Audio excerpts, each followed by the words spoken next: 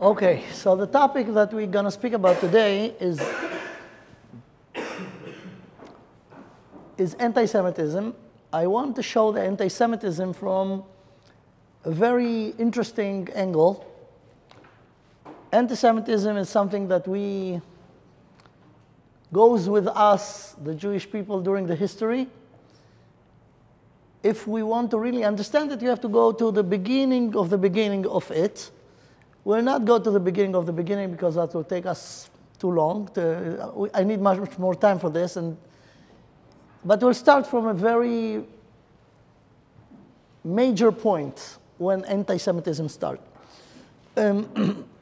Just 1 second, another one thing.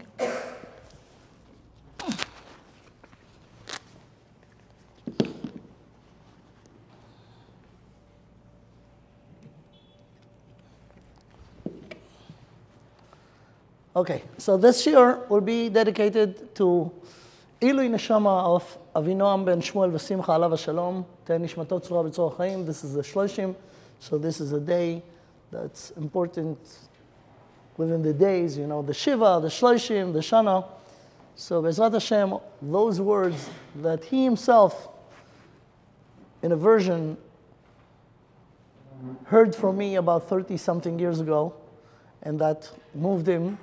So I hope it will move each one of us and increase our understanding of the depth in the Torah in general and in this topic in particular. Okay, so we will start from Parshas Toldot. Parashat Toldot is, in the beginning of the Parsha, there is a description of the pregnancy and the delivery of Yaakov Avinu, with his twin brother Esav. This is a major intersection or major point in the history of anti-Semitism. I'll just, say a few words to the thing that happened before. It all started actually in Briat HaOlam, when Hashem created the world. When Hashem created the world, He created the world in order to create a human being. The entire universe is just a field. The major player is the man, the human being. What makes a human being special? He is the only one that has a free will.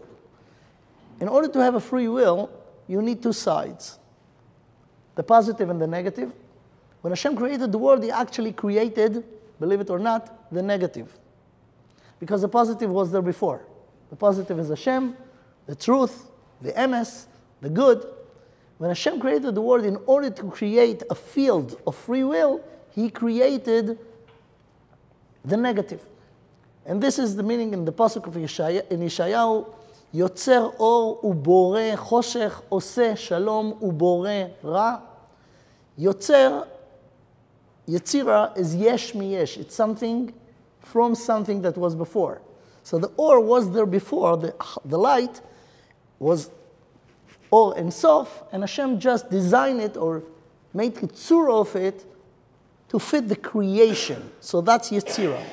Boire, create, is yesh me'ayin. Something that was not before, and Hashem created it now, yesh me'ayin. Something from nothing. And if you aware in this pasuk that I just quote, I'll repeat it again, Yotzer or, bore choshech, oseh shalom, bore ra. About two things, it mentioned the word bria, and both are negative. Bore choshech, choshech is darkness. Darkness in the depth in Lashon HaKodesh come from the word chasach, something to prevent is lachsoch. Choshech is the preventing of the light. So that is new thing. This is a creation, a bria. And then, Yotzer or, bore choshech, oseh shalom, bore ra. He created the negative. Created the bad, the evil. Now, the evil and the negative is a necessity in order to have two sides. If there is no negative, just positive, there is no two sides, no no ability for free will. So, in the Kabbalah, the negative part called the Sitra Achra, the other side. Other side, Sitra is tzad, side, Achra, other, the other side. The other side of what? Of the positive side that was there before, which is Hashem. Okay. So, before we go to Yaakov and Esav and anti-Semitism, we have to understand that the entire conflict is between those two sides. The positive and the negative, Hashem and the goodness, and the Sitra Achra and the negative. Adam HaRishon, when he has to first time actualize his ability for free will, he chose wrong. He chose the negative, and he gave the negative way more power than it was before. If before they were equal, now the negative is bigger and stronger. In the history, the Mishnah in Maseches Avot says, 10 דורות מאדם ועד נוח, וכולם היו מכעיסים והולכים. 10 generations from Adam to Noach, and all of them continue the path of the negativity. Noach was a tzaddik, but then again was another 10 generations from Noach to Avram, וכולם היו מכעיסים והולכים, and all of them continue in the negative path until Avram was born. So Avram was the one who trying to change the entire path where the human race went spiritually. Hashem gave Avram et Yitzchak, and Yitzchak has the twins Yaakov and Esav. Okay, now let's go to the psukim in the Torah about the description of the pregnancy and the delivery of Yaakov and Esav. I'm sure for this crowd, for sure, you know the basic things, but be aware of the thing that I'll emphasize on this psukim. If you need, I don't know if you could see it because of this light. If you need the translation, it's here. I will stick to the original because, as I said before, translation is always diminishing from the original meaning of the words. Okay, so, ואלה תולדות יצחק, this is the beginning of פרשת יצחק, פרשת תולדות. תולדות יצחק בן אברהם, אברהם הוליד את יצחק. And in the beginning of their marriage, Yitzchak and Rivka didn't have children. Yitzchak davened, and Rivka became pregnant. Vataha Rivka ishto. Be aware of this pregnancy. This is the pregnancy of the history. We'll see why. ויתרוצצו הבנים בקרבה. ותאמר אם כן, למה זה אנוכי, ותלך לדרוש את השם. She felt uncomfortable, more than just a problem with the delivery. She felt that there's something big going on here. She wanted to understand the meaning. She went to the Bes Medrash of Shem ve'Ever, and that's what Hashem told her. This is major pasuk. Vayomer Hashem la, shnei goyim bevitnech. Hashem told her, 2 nations are in your belly now. Ushnei leumim mime'ayich yiparedu. 2 nations, two nations will come out from this pregnancy. And it says, look at this word, Ushnei leumim mime'ayich yiparedu. Yiparedu meaning they will be separated. They were born, created as twins. But they're going to go to the extreme opposite from each other. So this is the yiparedu. Yiparedu. Ule'om mile'om ye'ematz v'rav ya'avot tza'ir. And again, here we're talking about 2 fetus. There will be 2 babies, 2 people, but they will be fathers of 2 nations. And those 2 nations will be always in a constant conflict. Ule'om mile'om ye'ematz. They will be always struggling with each other. Struggling about what?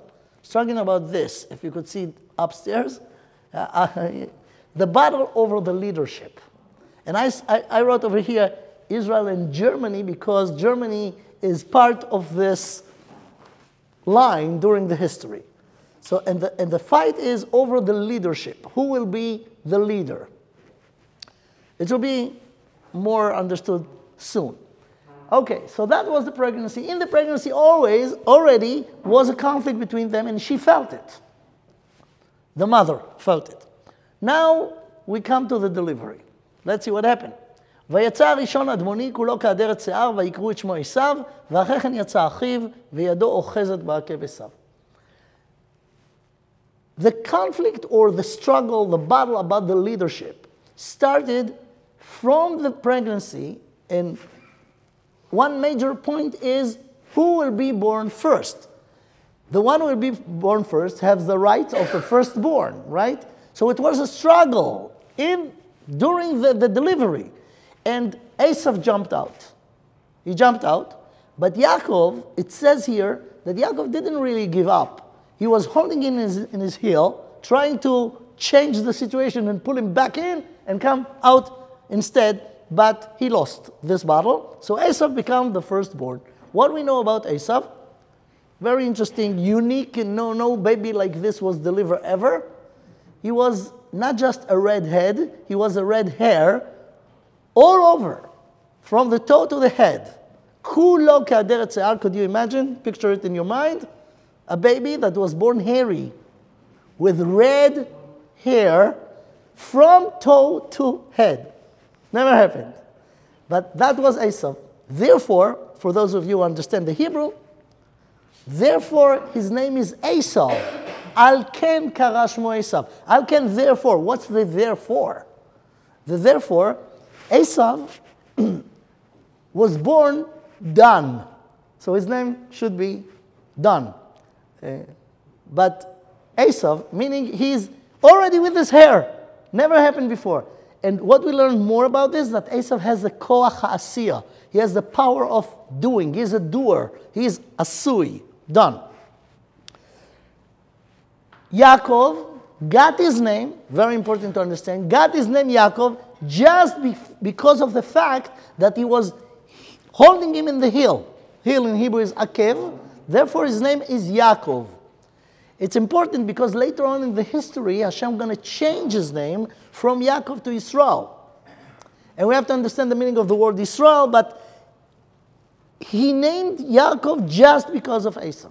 Without Esau, there was no reason to call him Yaakov. Okay. Fine, let's go on. The kids grew up. ויגדלו הנערים. ויהי עשיו איש יודע ציד איש שדה ויעקב איש תם יושב אוהלים. They grew up, even though they're twins, same parents, but different characters. Different altogether.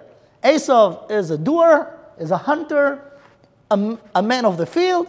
Yaakov is more intellectual, living and learning, more intellectual. So this is the difference between those two. Now come another major event, and this is the story of the Nazid. One day, the Torah described, Esau came from the field, very tired, very hungry. He finds Yaakov in the kitchen, cooking for himself food. It was Nazid Adashim. It was red food.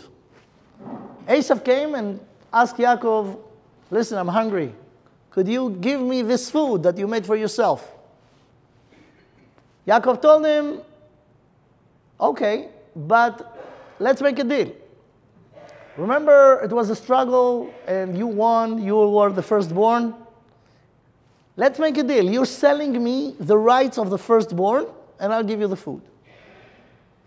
Esau said, okay, who cares about the rights of the firstborn? I'm hungry now. So give it to me, and they made the deal. And it says, ויעקב נתן לעשיו לחם ונזיד עדשים. He gave him this food, ויאכל וישת ויקום וילך ויבז עשיו את הבכורה. The deal was done, but it mentioned over here that Esau felt a little bit uncomfortable about it, and how he comforted himself? By despising it. To say, what's the big deal? And anyway, deep down he felt that maybe he paid too much for this food, but he said, but what's the big deal? Okay, he despised it. It's very important to remember this. Many years passed, 50 years. They were 13 when this event about the selling of the firstborn rights happened. Now they are 63. Yitzchak is 123. Yitzchak lived 180 years. But at the age of 123, he felt that he's very old, he doesn't know when he's going to die, so he called Esav. And this is the story here, in the continuation of Parshas Toldos, פרק כ"ז, ויהי כי זקן יצחק ותיקנה עיניו מרעות, ויקרא את עשיו בנו הגדול, ויאמר אליו, הנני. So he told them, I'm old, I want to give you a blessing. But in order, and it's very interesting that he connected it to this, in order for me to give you the blessing, you should bring me food. There's a big thing around it, not now. If you want to hear more about that, very interesting. I have a shiur before Rosh Hashanah about the simonim that we have on the food in Rosh Hashanah. And over there is the deep secret, why the blessing should come through food that you like. Asher ahavti. Anyway, so he told them, go hunt for me, bring me the food, I'll give you the blessing. Esav did this, but Rivka heard the entire conversation, called Yaakov from his room when he was learning Torah. She said to him, come, I have something to tell you. Your father wants to bless your brother. Those blessings should come to you. Therefore, your father could not see, his eyes become heavy. So, you go bring me 2 goats from outside. I'll make the food. You will go to your father, pretend that you Esav, and you should get the bracha. Of course, a lot of questions. Why it has to be this way? Why she didn't say straight to Yitzchak and to Yaakov? Why it has to be sneaky like this? And how Yaakov agreed to this? It's tricking. Many questions. This is not the time to deal with them, even though each one of them is very important. And if you understand the answers for those questions, we will have better understanding of the topic that we're talking about now. But let's go to what happened. So, Yaakov went to Yitzchak, pretend that it's Esav. You could see in the Psukim that Yitzchak was very suspicious. He asked him, who are you? Are you really my son Esav? And he lied to him without any problem. Yes, I'm Esav. And he believed him. And he gave him the bracha, and let's see what the bracha was. He says to him, now Yitzchak's talking to Yaakov. When Yitzchak, sure that this is Esav. So he told him the following, יעבדוך עמים וישתחוו לך לאומים, הווה גביר לאחיך וישתחוו לך בני אמך. Basically what he said over here is the old topic. Who is the leader? So he said, you, the one who get me the bracha, you will be the master for your brother. הווה גביר לאחיך. ישתחוו לך, they will bow down to you, meaning you are the authority. So, and that why it was so important to Rivka, because she knew that's going to be the bracha, and it was very important to her that Esav will be under Yaakov and not Yaakov under Esav. Okay? So, Yaakov got the brachas, went out, Esav came, prepared the food, come in, doesn't know anything about it happening, and then he came to Yitzchak, his father, and said, here's the food, give me the bracha. It says that Yitzchak was really in panic.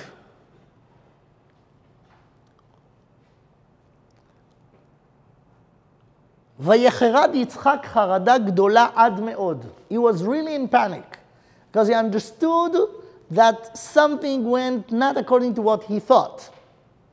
Right? He gave the bracha of being the leader to Yaakov. And now Esav came. So he said, someone get the bracha already. So in a way, after Yitzchak realized that he was tricked, he could say, you know what? He's a liar. He's a stealer. I'm taking it back. He didn't say that. Look at his words. ויחרד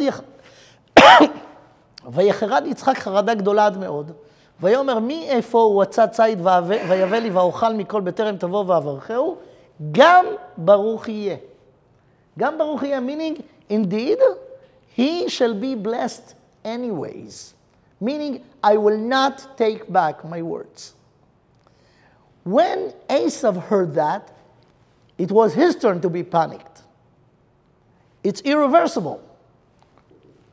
So he tried to beg Yitzchak to give him a bracha, and Yitzchak says, it's irreversible, I could give you a bracha, but the bracha that I'll give you will not make you happy because it's not changeable.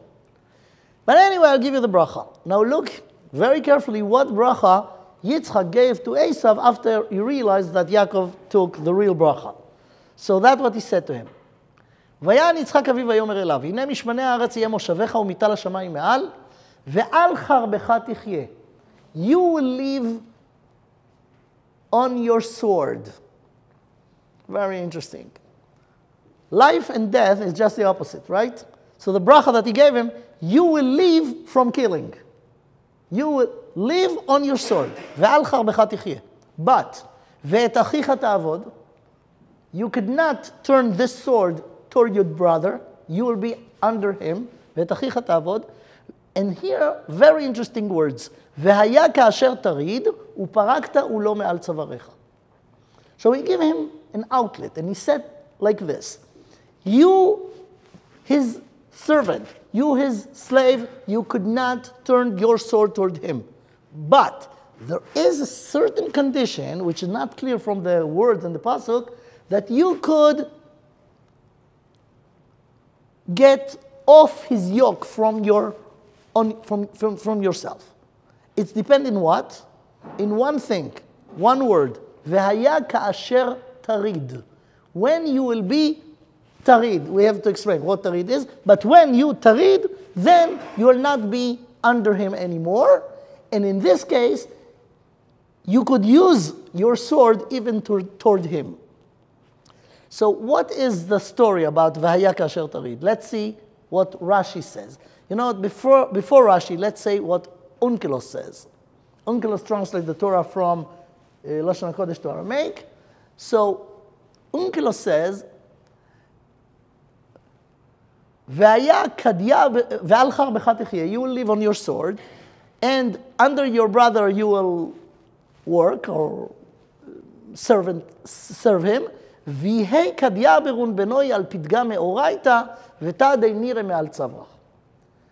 He took the word tarid, onkelos, and usually he translates literally the word in Hebrew, the word in Aramaic. Not in this case. It's very rare by the onkelos, but it happened in few places in the Torah, that instead of taking one word and translate it to what that means in Aramaic, he gave the idea behind it. So what's the idea? V'haya ka'asher tarid. What's tarid? He says the following. When the children of Yaakov, he said to Esav, you will be the servant of Yaakov. When the children of Yaakov will decided from some reason not to follow the Torah and learn Torah and do the mitzvahs, then you are free from being his servant, and then you could take your sword and put it on him. Where Onkelos took it from? How it's in the word tarid. And here we have to go to Rashi. So Rashi is the explainer, the commentator of the Torah, right? He knows the entire Tanakh, he knows the words, he knows the meaning of the words, but he also appreciates Onkelos very much. And in many places in his parish to the Torah, Rashi brings what Onkelos says. Here, he didn't quote Onkelos by his name, but the explanation is to explain what Onkelos means. So that's what Rashi says. V'haya ka'asher tarid. He said that the word tarid meaning have a reason to complain. When you will be in tsar, you will be in suffering, or you will have a good reason to complain. This is the meaning of the word tarid. That's what Rashi says. לשון צער, כמו הריד בשיחי, כלומר, and here he explained, כשיעברו ישראל על התורה, when בני ישראל will not keep the Torah, ויהיה לך פתחון פה, then you'll have a reason to complain why he got the brachos. Let's explain this, just we'll summarize it. Remember we said that Yaakov and Esav went to different paths, different ways, Esav was a field person. Ish yodea tzayid ish sadeh, Yaakov ish tam. The meaning of this, the deep meaning of this, Bereishis bara Elokim tashamayim v'ta'aretz. The entire creation is a combination of two realms, the physical and the spiritual. This is the aretz, the physical, the shamayim is the spiritual. Yaakov and Esav actually divided those two. Esav took the physical and make it like this is the main reason to live. This is the main idea. This is the purpose of life is physical. Therefore, he ish yodea tzayid ish sadeh. He is what Chazal said, not in this term, am haaretz. He is belong to the aretz. He is belong to the physicality. Yaakov says between those two, the major thing is the spiritual. That's why he was Yoshev Ohalim. Now, it was a conflict, and this is the conflict during the history between what is the major thing, the physical or the spiritual. Is the physical there in order to serve the spiritual, or the spiritual is therefore serve the physical? That was the two philosophies of Yaakov and Esav. Esav was about to win because he tricked Yitzchak, pretend that he is a tzaddik, and Yitzchak loved him, and he wanted to give him the bracha. Rivka saved the situation and said, no, the bracha should be given to the one who holds that the physical is there as a mean to the spiritual. The bottom line so far was that Rivka and Yaakov won, and he got to be the major thing. The spiritual over the physical. Esav realized this, and he was so upset. He was so in panic. Yitzchak told him, it's each unchangeable, but, and here's the but, and this is very important for us to understand. You should serve Yaakov, because the physical is the mean, not the goal, and the goal is spiritual.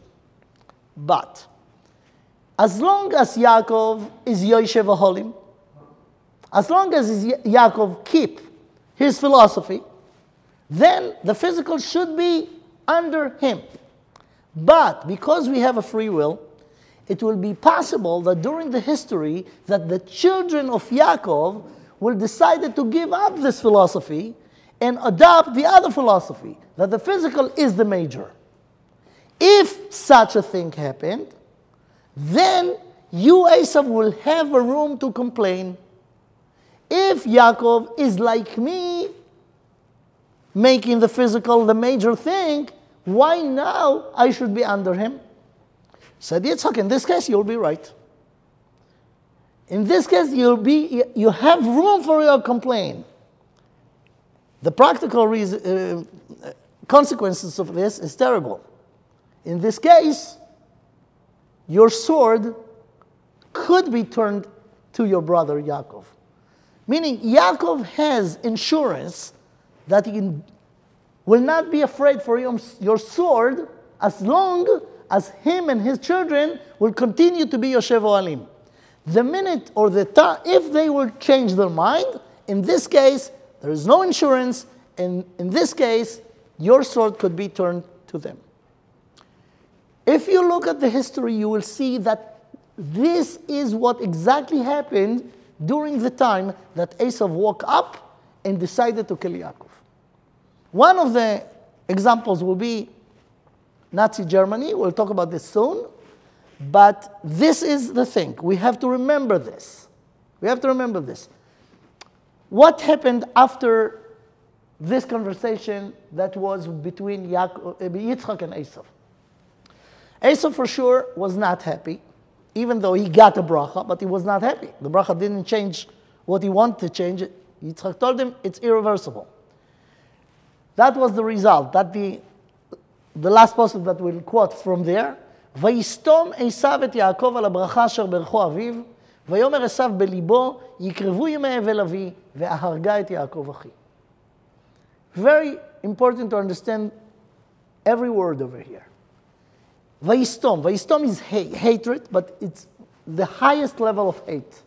ויסתום, משטמה, זה שנאת מוות. hate to death. Vayistom Esav et Yaakov. From now, Esav hate Yaakov because of the bracha. Because Yitzchak refused to reverse the bracha. Vayistom Esav et Yaakov al habracha asher berecho aviv. Vayomer Esav belibo, remember this word, belibo. And Esav decided in his heart. In his heart. Remember this? You'll see soon why. Vayomer Esav belibo, yikrevu yemei אבל אבי, ואהרגה את יעקב אחי. He decided in his heart to eliminate, to kill Yaakov. And this is a very serious decision by Esav that we should take very serious. It's a strategic decision from Esav to kill Yaakov. About this pasuk, says Rabbi Shimon Bar Yochai, it's in the Bereit on Parashat Baalotcha, on the Sifri, Amar Rabbi Shimon ben Yochai, halachai beyadua she'esav soneh leYaakov. Halacha meaning something that no one could argue about. This is it. Esav hate Yaakov. Not just them. Forever. Halacha. Now what happened with this? Again, we do not have enough time to go to all the steps on the history. Esav wanted to kill Yaakov. Yaakov ran away from him, right? Remember Parshas Vayetze, he went to Lavan. He came back to Lavan, check out how still angry Esav was, and he found that he was very angry. He came with an army of 400 people. At the end, this round ended with Esav not doing anything to Yaakov. They separated, but it's continued. The next step in the history is after Yetziat Mitzrayim. Right after Kriyas Yam Suf, Vayavo Amalek, Vayilachem im Yisrael berfidim. Who is Amalek? Amalek is the grandson of Esav. Amalek came after the miracle of Kriyas Yam Suf, when the entire world was scared and afraid from Hashem and from Am Yisrael. Az nivhalu, he sang in Shirat Hayam, Az nivhalu alufei Edom, Elei Moav, Yochazeh Morad. Everyone was scared, but one, Amalek, he is not scared. And he decided to commit suicide, to come and start up with the nation that Hashem saved from the superpower of the time, Esav. It was a whole milchama over there. Moshe told Yoshua, Moshe Rabbeinu told Yoshua, Bechar lanu anashim, tzei lechem ba'amalek. At the end of this, in Parshas Beshalach, it says that Hashem says, Vayomer Hashem el Moshe, כתוב זאת זיכרון בספר ושים באוזני יהושע כי מחו אמחה את זכר עמלק מתחת השמיים. And Hashem swore, ויאמר כי יד על כסי המלחמה להשם בעמלק מדור דור. Hashem swore that he gonna finish Amalek. But it will not be at once. Hashem could do anything in a second. It will go throughout the generations, midor dor. And it will be a constant conflict between Amalek, which is a descendant of Esav, to Klal Yisrael, during the history, and it has to be this way, that will be every generation until the last generation. Only at the end of days, it says, ועלו מושיעים בהר ציון לשפוט את הר עשיו, והיה השם למלך על כל הארץ, ביום ההוא יהיה השם אחד ושמו אחד, and that will be the end of this conflict. But since then, since actually Yaakov and Esav and the brachos, during the history we have constant conflict that will come out here and there during the history of the generations. Okay? So now, after there is another step, I just mentioned it. There is a mitzvah to eliminate Amalek, right? Mechiyat Amalek. So 400 years, 40 years after the Milchemet Amalek, Shaul will become the king, the first king, and Hashem told him by Shmuel Hanavi, go initiate a war against Amalek. And it was almost done, but Shaul was failed to do it. He left one person from Amalek, Agag. Agag was the king of Amalek. And Amalek, again, remember, is a descendant of Esav. So he left Agag alive. Even though later on Shmuel killed him. But he was left alive, and that was a terrible mistake. And very tragic thing, that Agag will stay alive for a while. Shaul, because of this, lost his melucha. He removed from being the king.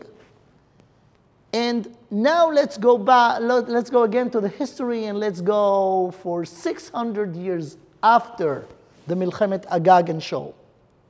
And we get into Megillas Esther. And finally, we're in Megillas Esther. But we need all this Hakdama in order to understand how significant everything that described in Megillas Esther is. Okay, so let's go before Megillas Esther to, where we go? Okay, let's go to Megillas Esther. You know the story of Esther, right?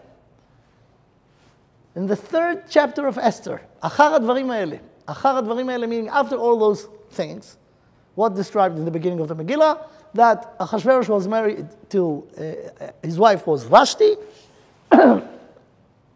Because of the eights of Memuchon, which is Haman, he killed Vashti. And he was looking for a new queen.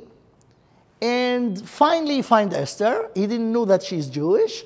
He married her without knowing that she's Jewish. And then come the 3rd chapter. אחר הדברים האלה, after all of those things, גידל המלך אחשוורוש את המן בן המדתה האגגי. Achashverosh was a Persian, but the prime minister that he decided to appoint was Amaleki. It was Haman. The father of Haman is Hamedata, but he is coming from the descendants of Agag, this Agag that was the king of Amalek that Shaul didn't kill. So we're talking about 600 years before, and here's the result. There is a descendant of Agag, which is Haman. And everyone should bow down to Haman. Mordechai refused. And then Haman got mad on this and decided to kill not just Mordechai, but the entire Jewish nation. You find out that actually, when Haman decided to do, if one person refused to bow down to you, kill him. Why do you have to kill the entire nation? Right? The thing is, he understood that Mordechai did it just because it was not a personal thing. It was an ideologist thing, because according to the truth, Esav and all his descendants, including Haman, should be, according to the bracha of Yitzchak, v'yishtachavu lecha bnei imecha. They should bow down, the Esavs should bow down to Mordechai and to the Jewish people. So he understood that if he will not eliminate the entire Jewish nation, he will never be what he wants to be, that everyone will bow down to him. Therefore, he decided to kill the entire nation. ויבקש המן להשמיד את כל היהודים אשר בכל מלכות אחשוורוש עם מרדכי, ונשלח ספרים ביד הרצים להשמיד, להרוג ולאבד את כל היהודים, מנעל ועד זקן, טף ונשים. Meaning to eliminate the entire Yaakov, the entire nation.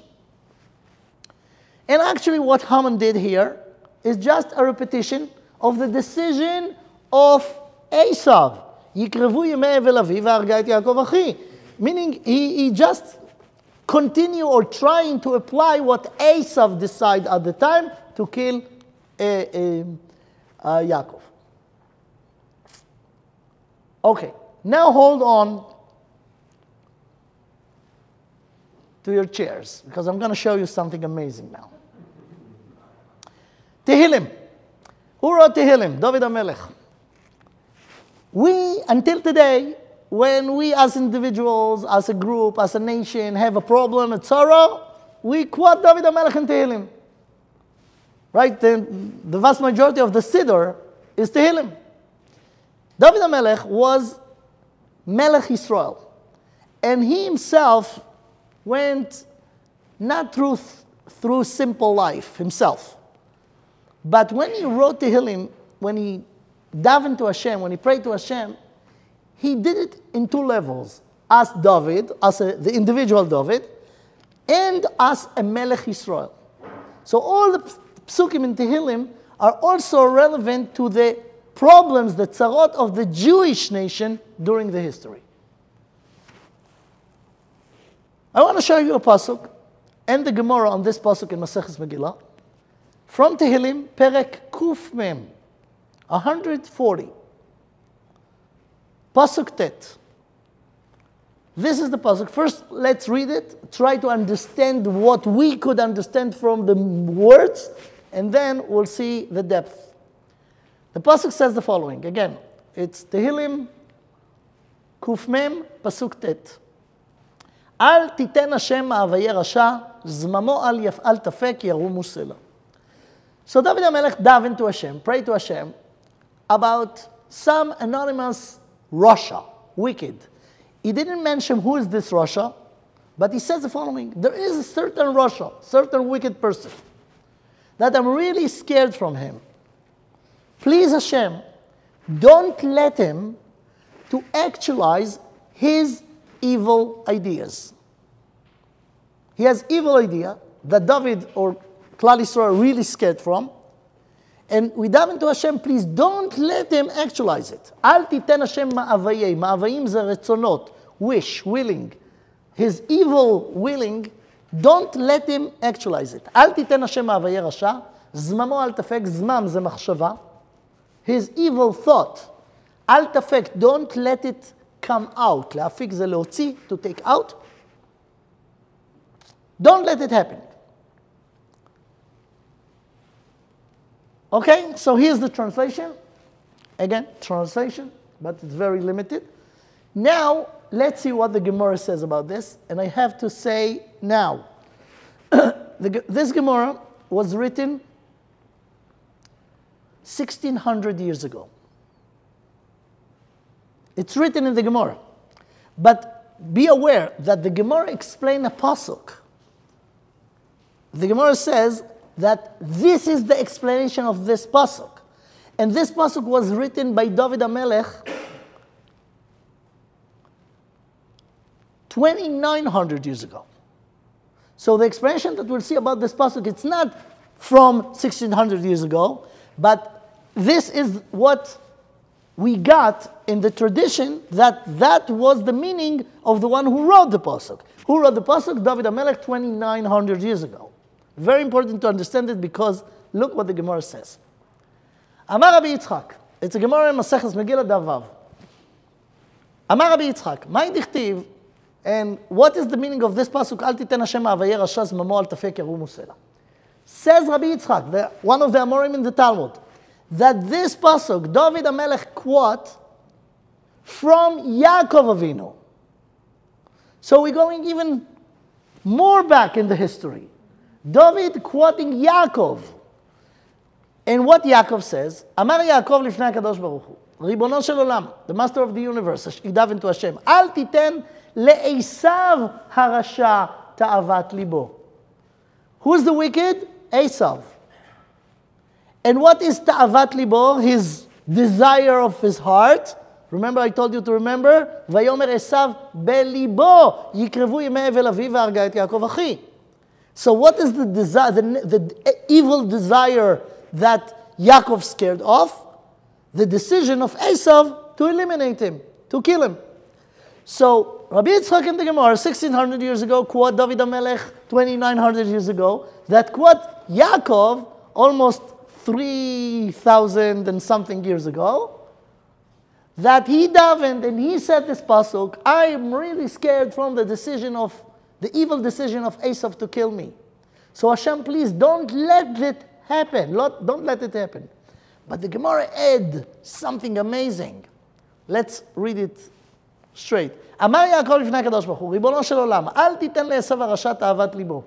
What is the meaning of the word zmamo al tafek? What is the evil thought?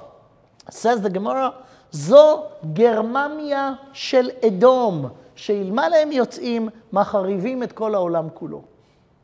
So the Gemara says, what specifically he pinpoint on? A nation called Germania. And be aware of this. It's written in the Gemara with double mem. Germania, not Germania, but Germania, double mem. We'll get to this soon. But anyways, that's what's written over there. What's the scary thing about them? Yaakov says to Hashem, don't let them go out from their place. Right now, they are tied, or they cannot go out. But if they will go out from their place, they will kill the entire world. So we speak over here about, now what is Germania? Says Rashi, Germania Shem Malchut Vehi Me'edom. It's a monarchy. It's a kingdom from Edom, from Esau. So there will be such a thing, a nation or monarchy called Germania.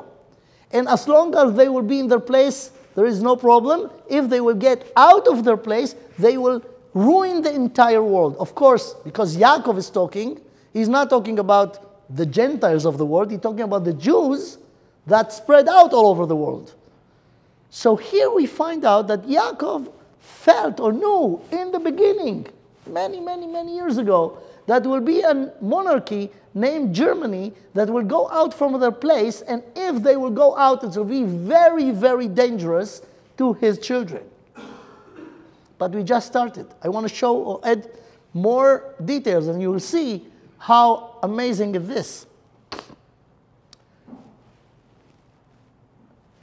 Germany, that we all know now, after the things happened, Germany as a nation in Europe, now we take a map of Europe, you'll find out that in the center of Europe there is a country called Germany.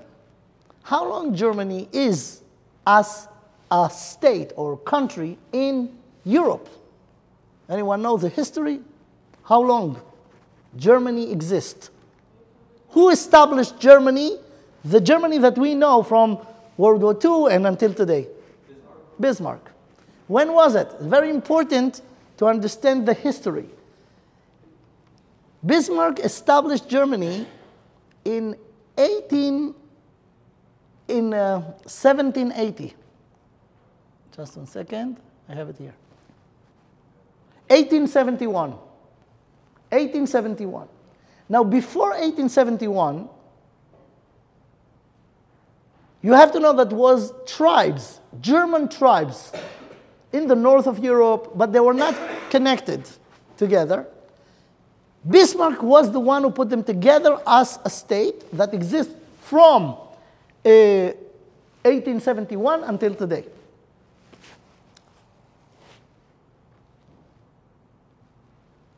Before Bismarck, before 1871, relating to this Gemara, that, as I said, the Gemara is 1600 years ago, you all heard about the Vilna Gaon.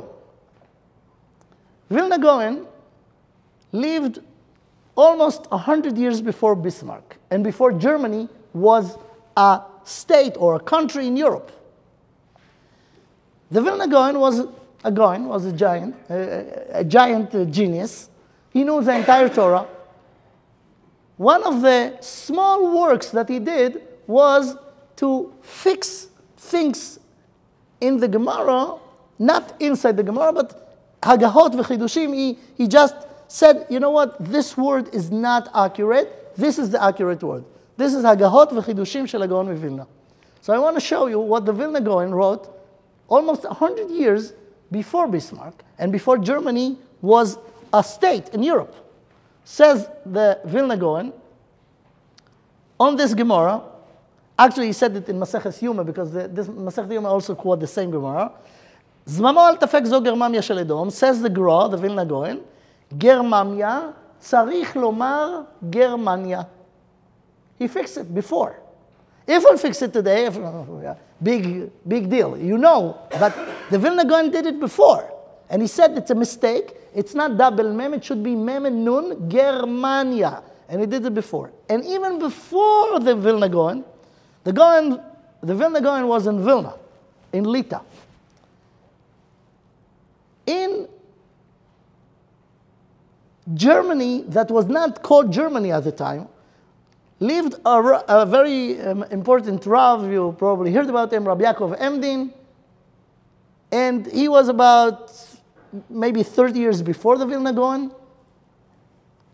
Here's the numbers. You know, the Vilna Gaon lived between 1720 to 1797, and Rabbi Yaakov Emden between 1695 to 1776.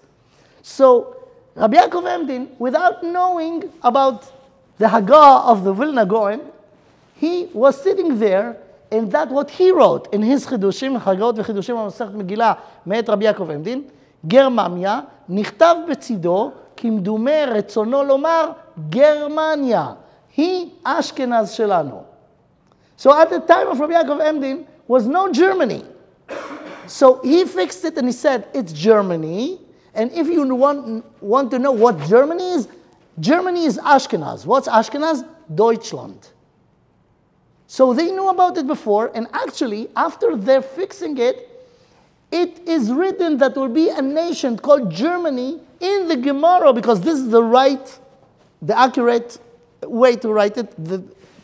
So the Gemara knew about a nation called Germany, that to it refer Yaakov when he prayed to Hashem, Al titen Hashem ma'avayei rasha. And what was the desire of Germany? What was the idea of Hitler in Shemo? To eliminate the entire Jewish nation. Same story of Haman, same story of Esau. So it's not just by chance, right? So it's written in the Gemara. The Gemara continue and bring more details.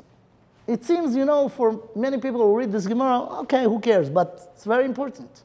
The Gemara says, same Gemara over there, continue.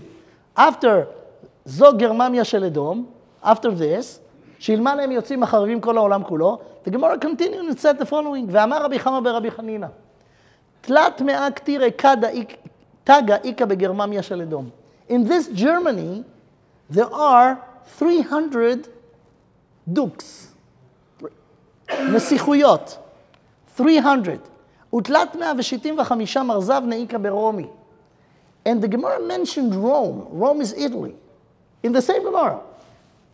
Germany and Rome. In Germany, it's divided to 300 sections.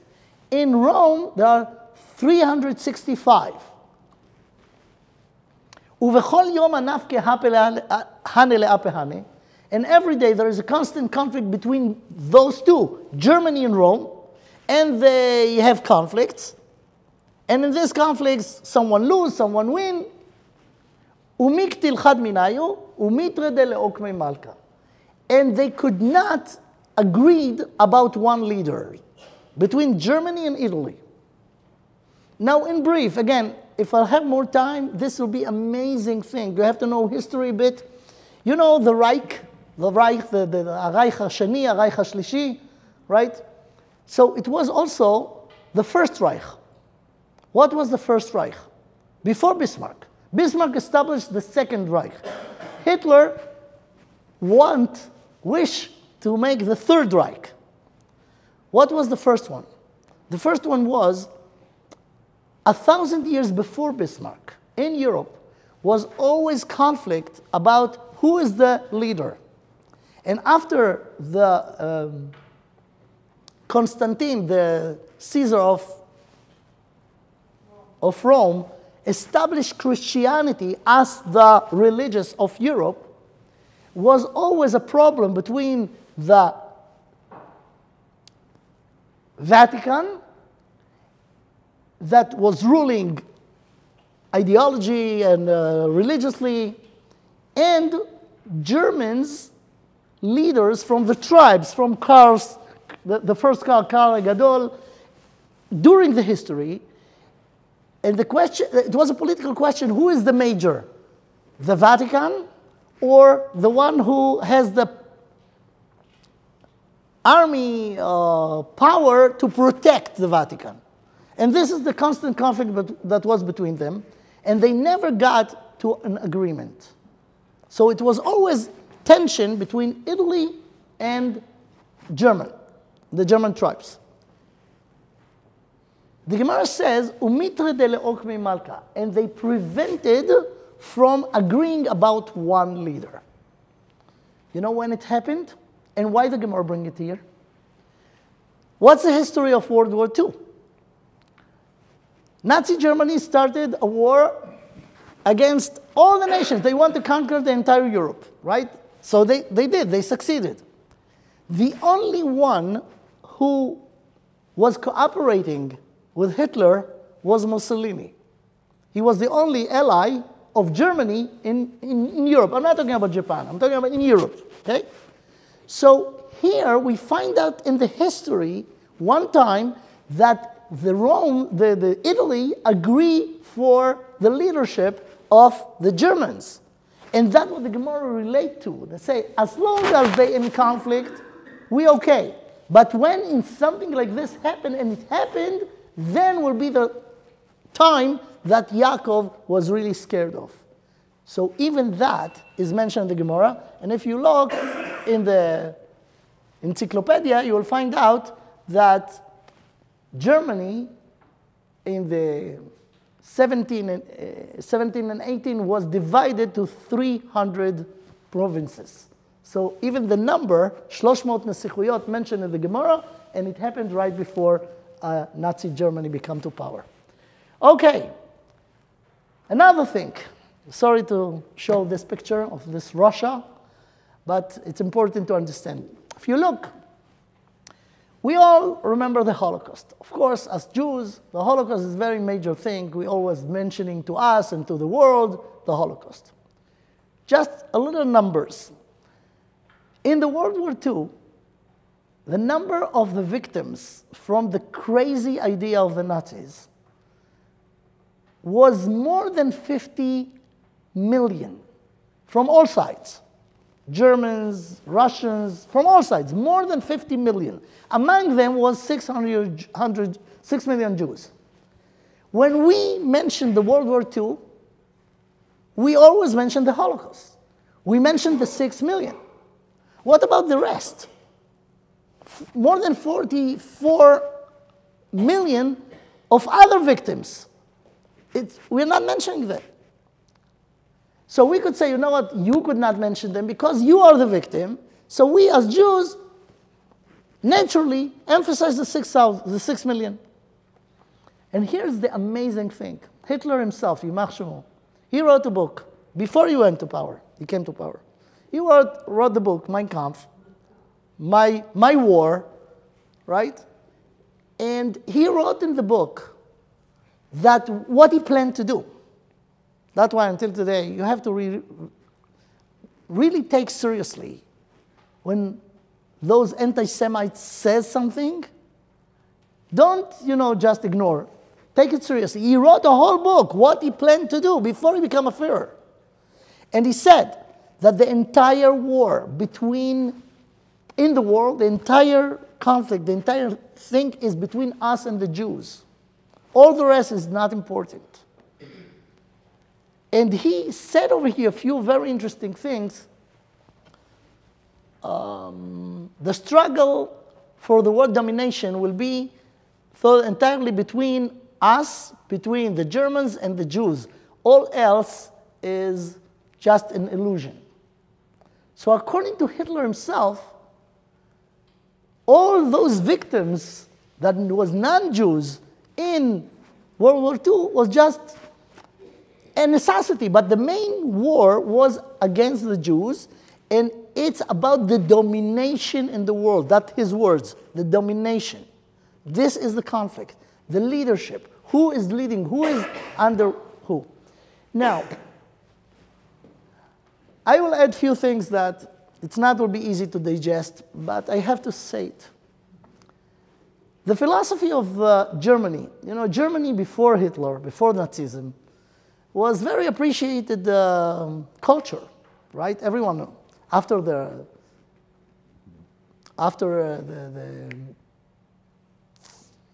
revolution, after the French Revolution, Germany was the leader of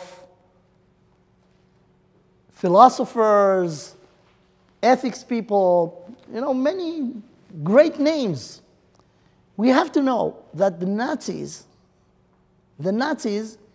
despite the intellectual, even the intellectual, the Nazis, I'm talking about the Nazis, they talked about physical power, and the conflict was between why the Jews was so irritating to them, because the philosophy of the Jews that the spirituality is the main thing. They fought against it. They said that the Jews made this concept of moral in order to protect them because they are weak physically, so they invented the moral in order to protect them. So he and the Nazi theory, this Nazi philosophy was against moral. They were against moral about power. And this is actually what's going on since the beginning of the history. What is the main thing? The physicality or the spirituality? And Esav, Germany, let's say Nazi Germany, is the representative of the physical per se, and they have war against the spiritual. And even after World War II, it's continuing in the world. Those two philosophies are always in conflict. Who is the main thing? This is one thing. The other thing, if we'll just analyze what we learned. Remember what is the insurance of the Jews from the sword of Esav? As long as you will continue being Yoshev Ohalim. You be holding from the philosophy of Yaakov, that the main thing is the spiritual meaning, not the physical. You have to be blind, completely blind, to say that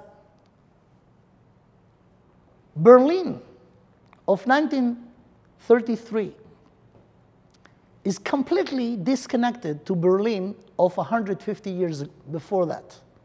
What happened in Berlin 150 years before Hitler? The Enlightenment. You heard about this? It started from Berlin, from Jews in Berlin that said what? From now on, after the revolution, Jew, or to be Jewish, to be Jew, is not necessarily connected to Mamad Har Sinai and to Nasser and Ishmael. Let's be like the other nations. That's what they did. That was the Enlightenment, which is the darkness. But that's what happened. And they succeeded to make more and more and more Jews secular, not connected to Torah. And they were so jealous and want to be like Germany. In World War I, Jews in Germany served in the army Germany and was so proud to protect Germany. Over there come the reform movement 150 years ago. We do not need Yerushalayim anymore. Berlin is Yerushalayim. So you see that they exactly did what Rashi says and what the Baraita.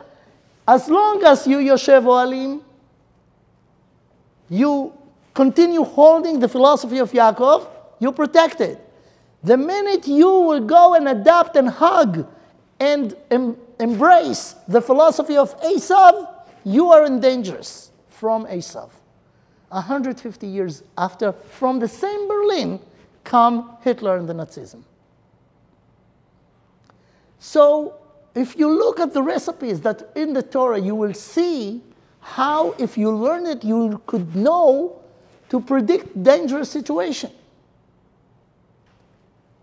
Another last thing that you know from all of the amazing things that I'll show you now, from some reason, many people appreciate even more this thing, which is not the pshat, not the drash, it's something in the Roved HaRemez, but an amazing thing.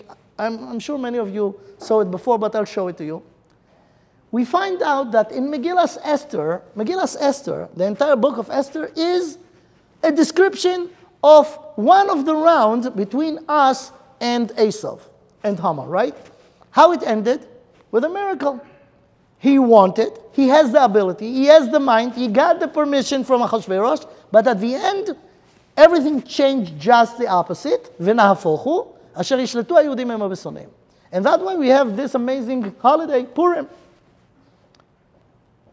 At the end of the Megillah, after Esther, by the instructions of Mordechai, went to the Achashverosh and told them, you cannot do it actually to me. I'm the queen that you so love. You cannot kill my nation. So let me tell you, I'm Jewish. And that changed everything, right? So what happened? The king gave them the ring. And that was the V'na'afochu. And at the same day that Haman wanted to kill the Jews, V'na'afochu asher yishletu haYehudim hema v'sonehem. What was the day? The day was Yud Gimel Be'adar, the 13 days of Adar, right? So comes, the Megillah describes what happened at this day, Yud Gimel Be'adar. All the Jews in the entire world, 127 Medinot, killed all the anti-Semites over there. At the end of the day was a conversation between Amelech Achashverosh, the king Achashverosh, and the queen Esther. And he told her. They were sitting in Shushan Abirad. At the time was no internet, no phones. But he said, the estimated is that the number of the people who got killed are such and such from all the countries. Says Achashverosh to Esther, are you okay? Are you satisfied? Or you have more things that I could do for you? She told him, yes, there is one thing that I want to ask you more. In Shushan Abira, there are more anti-Semites that left. Could you give me another day to just finish them? Finish Hamas for another day. So he told her, for sure, okay. So she got also another day. What was the day? Yud Dalet. So in Shushan Abira, the war was 2 days. Yud Gimel and Yud Dalet. The Megillah describes what happened in Yud Dalet. So it says, this is the names of Aseret Bnei Aman in the Megillah. Look at this. ובשושן הבירה הרגו היהודים ואבד 500 איש, in the second day, י' ד', ואת פרשנדתה ואת דלפון ואת אספתה ואת פורתה ואת הדליה ואת ארידתה ואת פרמשתה ואת אריסי ואת ארידאי ואת וייזתה, 10 בני אמן בן עמדת הצורר היהודים הרגו. So that's what happened, and the Megillah described this. That was an extra request of Esther that will be another day. And in this day, she asked that the 10 sons of Haman that was killed in the 13th day, they will be hanged in Yud Daled. Again, was more people to, more terrorists, more anti-Semites to kill. But she asked two things. First of all, another day for finish the work in Shushan, and to hang the 10 days of Haman. That was killed already a day earlier. And the question is, why? Well, why you want to hang him? They dead. She has a special request. ביום ההוא בא מספר ההרוגים בשושן הבירה לפני המלך, ויאמר המלך לאסתר המלכה, בשושן הבירה הרגו היהודים ואבד 500 איש, ואת 10 בני המן, בשאר מדינות המלך מעשו, ומה שאלתך ויינתן לך, ומה בקשתך עוד ותעש. And that was the request, ותאמר אסתר, אם על המלך טוב יינתן גם מחר, ליהודים אשר בשושן לעשות כדת היום, ואת 10 בני המן יתלו על העץ.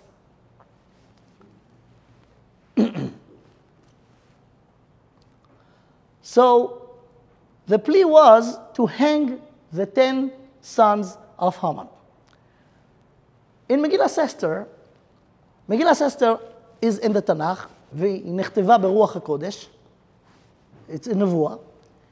And in the Sefer Torah that we have, in the Aron HaKodesh, we have the 5 books of Moses, 5 Chumshei Torah. We have to know that there are certain things that you should do in the Sefer Torah in order for it to be kosher. And those, among the other things, letters, certain letters that should be bigger than the line, or certain letters that should be lower than the line. Let's say, Bereshit bara Elokim et hashamayim v'et haaretz, the letter Bet of Bereshit is bigger. Should be bigger. If it would be a Sefer Torah that was all the letters there, but the letter Bet will be like the other letters, the Sefer Torah is puzzle. It's not valid to read from it. Same way, Vayikra, in the beginning of Parashat Vayikra, of Sefer Vayikra, Vayikra el Moshe, the letter Aleph should be smaller than the line. If it will be regular, the Sefer Torah is possible. So the same thing was about Megillas Esther. In Megillas Esther, the entire Megillah, there are only 6 letters that differ from the regular letters. 3 of them are bigger, 3 of them are smaller. Now, Megillas Esther was written, as the Megillah says, at the time, we're talking about 2,600 years ago. Mordechai and Esther wrote the Megillah, and since then, all the Jews all over the world read the Megillah in Purim.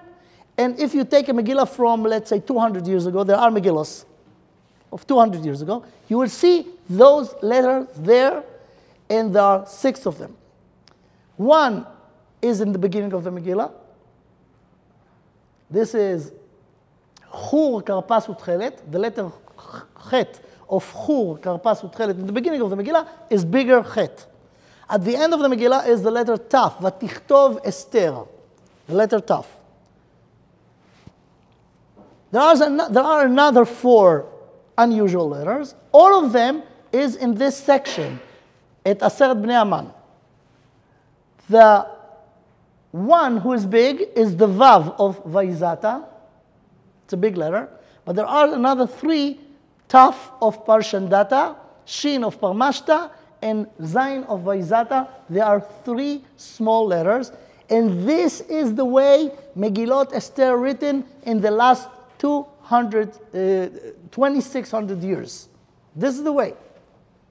The Vilna Gaon, that we mentioned before, says that because Megillas Esther is anti-Semitism idea of Haman against the Jewish nation, the letters, that big or small, connected in the hint level to events that going to happen in the history after Megillas Esther. And he relates to 2 of them, 2 of the 6 letters. And this is the Chet in the beginning, the Taf at the end, Vatichtov Esther and Chur Karpas Utchelet. And he said, this is a hint for the anti-Semitism tragedy that happened to the Jewish people in Me'oraot Tach V'Tat.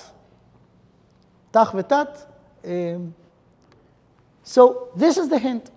The rest he didn't relate to, he didn't say anything, but we understand the kivun. Now, the amazing thing that happened, that after the end of the war, World War II, it was the Nuremberg trial. In the Nuremberg trial, they brought as many criminals, Nazi criminals, to be judged there. And they judged 11 people in Nuremberg, 11 Nazis, to put to death by hanging.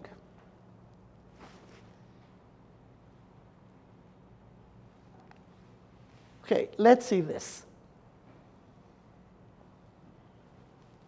The letters, the small letters in the names of Aseret Bnei Aman are Taf, Shin, and Zayin. And this is the year Taf, Shin, Zayin. Taf, Shin, Zayin was 2 years after the end of World War II. Taf, Shin, Zayin. The war ended as March 25. Then was the hunting about the Nazis. They were put to Nuremberg, were brought to Nuremberg. The Mishpatei Nuremberg, the trials took more than a year. And actually they could end in Tafshin Vav. But it was pushed because it was a big argument between the allies how to perform the put to death. It was pushed to Hoshana Rabbah of Tafshin Zayin. It's the beginning of Tafshin Zayin, Hoshana Rabbah. And look at the story.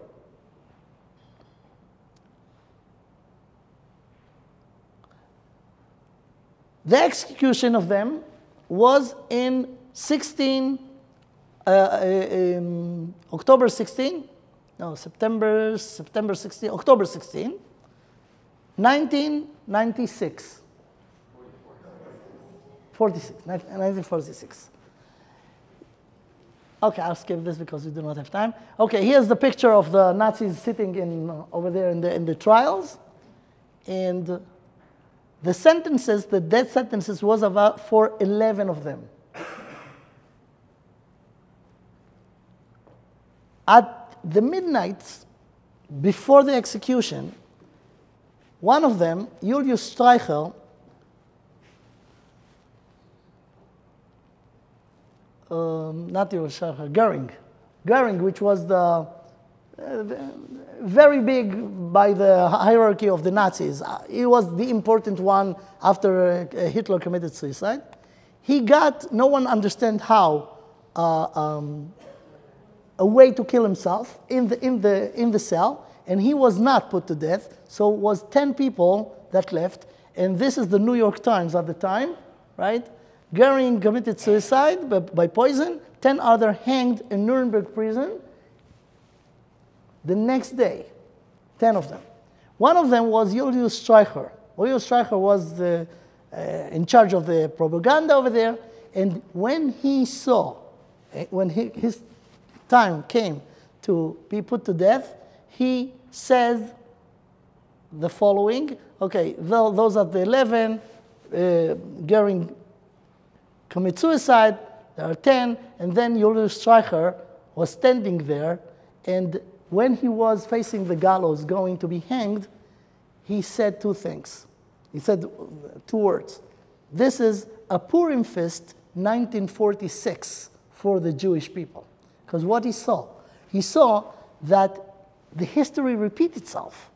I mean, the Haman and his group of anti-Semites at the time, they were putting to death the 10 sons of Haman, and now he saw 11 was trial to be put to death, one commit suicide. Now he see the repetition of the 10 sons of Haman getting killed, and that's what he said. So this is an amazing thing. That what it described in the Newsweek 2 weeks after. Only Julius Streicher went without dignity. He has to be pushed across the floor, wide-eyed and screamed, "Heil Hitler," mounting the steps. He cried out, "And now I go to hell."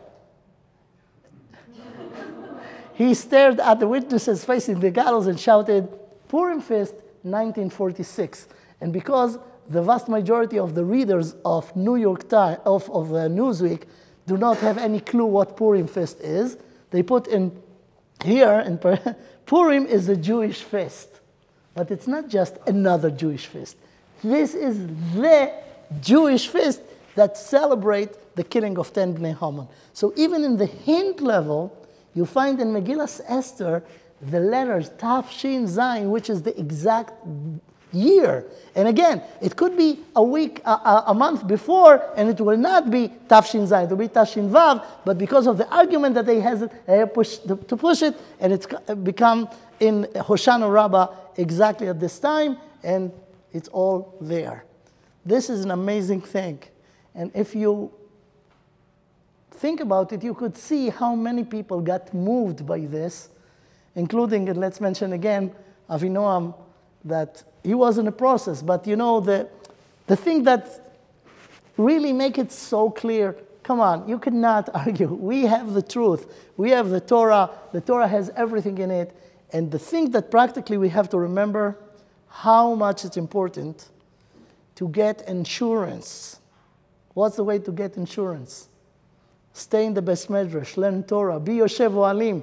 Don't go after the fake ideology of the Esav and the Nazis, that the physicality is the major thing. We know what our mission is, to be the representative of Hashem, learning the Torahs of Hashem, and that will help us and save us and bring us the Geula b'mheira b'yameinu. Amen.